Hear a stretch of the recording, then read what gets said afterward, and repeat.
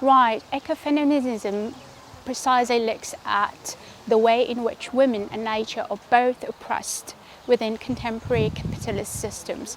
So we're looking at the close connection between the oppression of nature and women and the way in which both are subjugated within the system. They might not be similarly, but inherently both women and nature suffer within that system.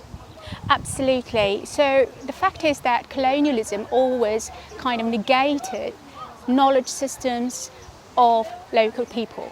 So colonialism was always about imposing different philosophies, modes of thinking, and actually alienating people from the societies, the cultures, the environment in which they grew up. What we have noticed that capitalism has continued the process of colonization in terms of the knowledge that is imparted to people within formal education systems in post-colonial societies. It carries on the process of alienation.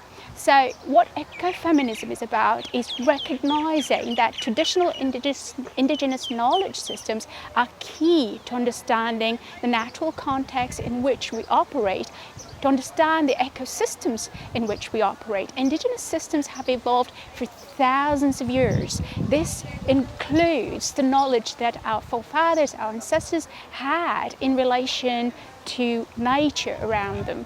So when we have capitalism and schooling systems that perpetuate capitalism's alienation, we carry on the destructive approach of capitalism towards nature. So there's a need to go back to indigenous knowledge systems that were eco-conscious. I wouldn't say anything like equate automatically, right? Because obviously there's a variety of practices when we focus on indigenous practices, but we can actually look at certain practices in terms of rituals whereby women particularly connect with nature on a level that capitalism will not allow them to. Capitalism sees nature as a resource, what is to be used for something, what is going to be used for development. For instance, when we look at the patterns of development in Mauritius, a particular lake, a particular river, a particular, even a seafront is going to be used for development purposes to make money. Whereas when we look at the rituals that connect women to those particular spaces, it recognizes that those spaces have cultural significance, have sacred significance, and therefore cannot be converted for development purposes. We just take the Festival of Cavity, for instance. You can't have Cavity without having access to a river. But what is happening right now with certain places with extreme urbanization is those access to the river becomes more and more restricted. And what is happening as well, the sacred is being used to create more division. So by identifying some spaces as sacred, other people can't have access. So there's a lot of dynamics at work, a lot of dynamics at play. But what we need to recognize is that within indigenous knowledge systems, nature needs to be preserved. Absolutely. So when we have capitalism's exploitation of human bodies, and female bodies in particular, we do see the impacts, right? So when we look at the incidence of disease, only recently it was published that more women are dying from cardiac arrest than men.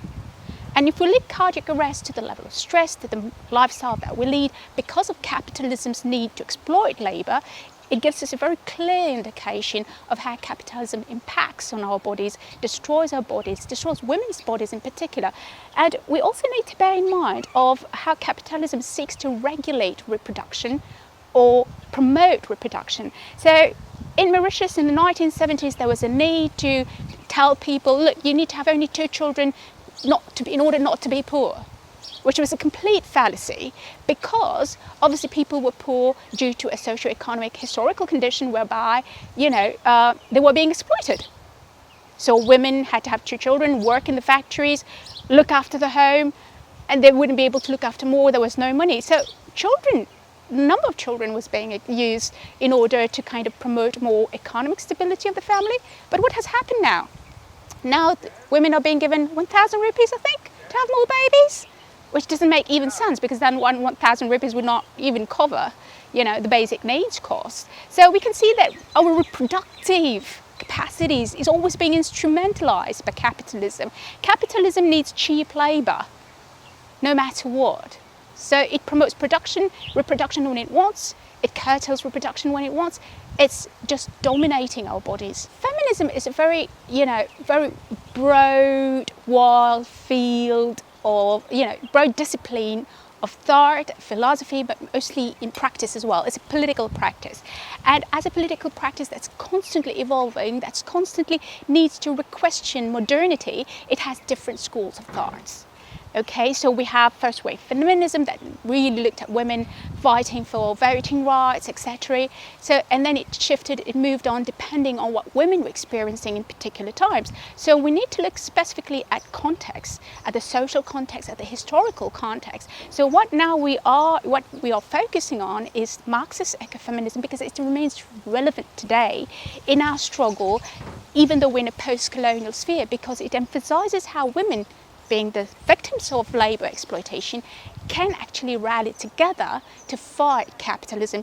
Marxist ecofeminism gives us the means, the mode of thinking, the focus to rally and overthrow capitalism. But we have other feminism that can help us, assess our ability to resist, evaluate and also appreciate constant resistance that has been going on. And this is in cultural ecofeminism, where women have been practicing resistance. However, ecofeminism gives us the way to think about tools to resist a system.